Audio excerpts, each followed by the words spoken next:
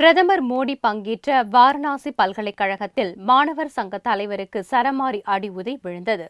வாரணாசியில் உள்ள பனாரஸ் இந்து பல்கலைக்கழகத்தில் நடந்த 100வது பட்டமளிப்பு விழாவில் பிரதமர் மோடி கலந்து கொண்டு உரையாற்றினார். பேச்சை முடித்ததும் அங்கிருந்து புறப்பட எத்தனித்த பொழுது மாணவர் சங்க தலைவர் அசுதோஷ் சிங் என்பவர் பல்கலைக்கழகத்தில் மாணவர் பேரவை தேர்தலை நடத்த வேண்டும் என கோஷமிட்டார். மாணவர்களின் கோரிக்கை கேளுங்கள் என்று சத்தமிட்டபடி மோடியை நோக்கி முன்னேறினார். உடனடியாக அங்கு பாதுகாப்பு பணியில் ஈடுபட்டிருந்த போலீசார் அவரை சுற்றி வளைத்து பிடித்தனர். அசுதோஷ் சிங்கை விழா அரங்கிலிருந்து வெளியே கொண்டு சென்றபோது நிகழ்ச்சியில் பங்கேற்ற பாரதிய ஜனதா கட்சியினர் சரமாரியாக அடித்து உதைத்தனர். அவர்களிடம் அசுதோஷ் சிங்கை மீட்டு அழைத்துச் சென்ற போலீசார் விசாரணை நடத்தி வருகின்றனர். 1997ஆம் ஆண்டிற்கு பிறகு பனாரஸ் இந்து பல்கலைக்கழக மாணவர் பேரவை தேர்தல் நடக்கவில்லை என்பது குறிப்பிடத்தக்கது.